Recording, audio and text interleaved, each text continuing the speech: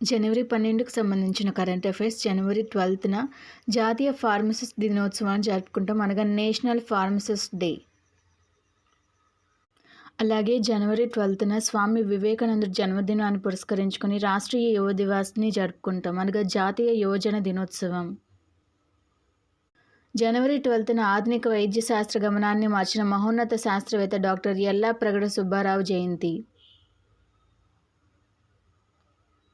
ప్రధాని మోడీ 2015లో ప్రారంభించిన ప్రగతి వేదిక తాజాగా 50వ సమావేశాన్ని పూర్తి చేసుకుని సుపరిపాలనలో ఒక మైలురాయిని అధిగమించింది.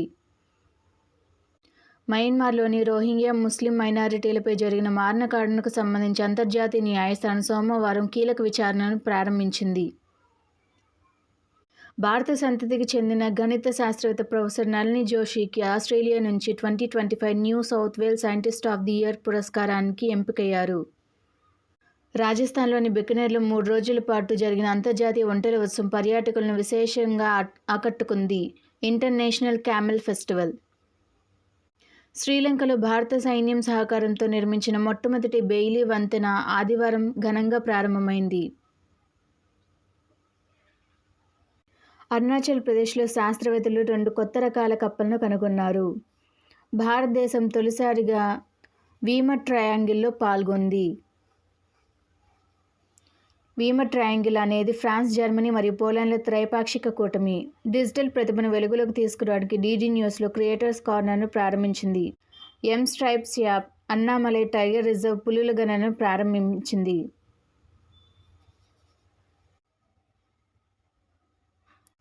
హబుల్ క్లౌడ్ 9 అనే నక్షత్రం లేని విఫలమైన గెలాక్సీని కనుగొన్నారు. నాసా యొక్క హబుల్ క్లౌడ్ 9 దీనిని నిర్ధారించింది.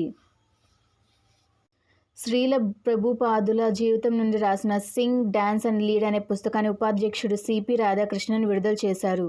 సమాచార మరియు ప్రసార మంత్రిత్వ శాఖ లైవ్ ఈవెంట్స్ డెవలప్మెంట్ సెల్ను ప్రారంభించింది.